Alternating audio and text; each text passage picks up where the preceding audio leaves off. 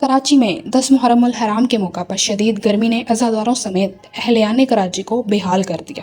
درجہ حرارت 40 ڈگری تک پہنچ گیا اور گرمی کی شدت 54 ڈگری تک محسوس کی گئی۔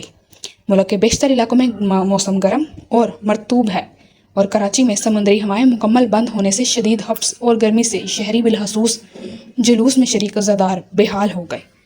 کراچی میں سمندری ہواؤں کی بندش اور حبس کی سبب درجہ حرارت 40 ڈگری تک پہنچ گیا اور 54 ڈگری تک محسوس کیا گیا۔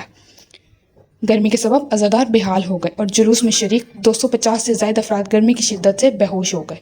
دوسری طرف محکمہ موسمیات نے کل سے 20 جولائی تک کراچی سمیت سندھ بھر میں بارشوں کی پیشین گوئی کی ہے۔